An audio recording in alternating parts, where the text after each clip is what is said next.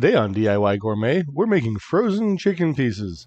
How to fry them right so they don't come out overdone and stringy. Now the method is pretty simple.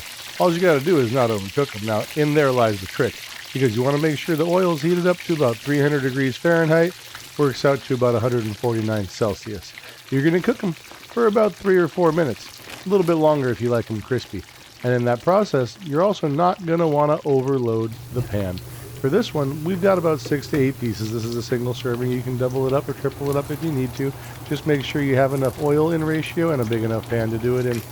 And while we're on that topic, you're also going to want to make sure that the flame covers the surface area of the bottom of the pan enough to keep the heat even. After that's done, make sure you have a strainer for taking them out or a nice pair of tongs. In doing so, once you pass 3 or 4 minutes of putting the nuggets in nice and carefully, making sure there's not too many ice crystals on them, otherwise they will splatter. And that's Do-It-Yourself Gourmet, folks. Enjoy your chicken pieces any which way you like. We'll see you next time, and thanks for watching.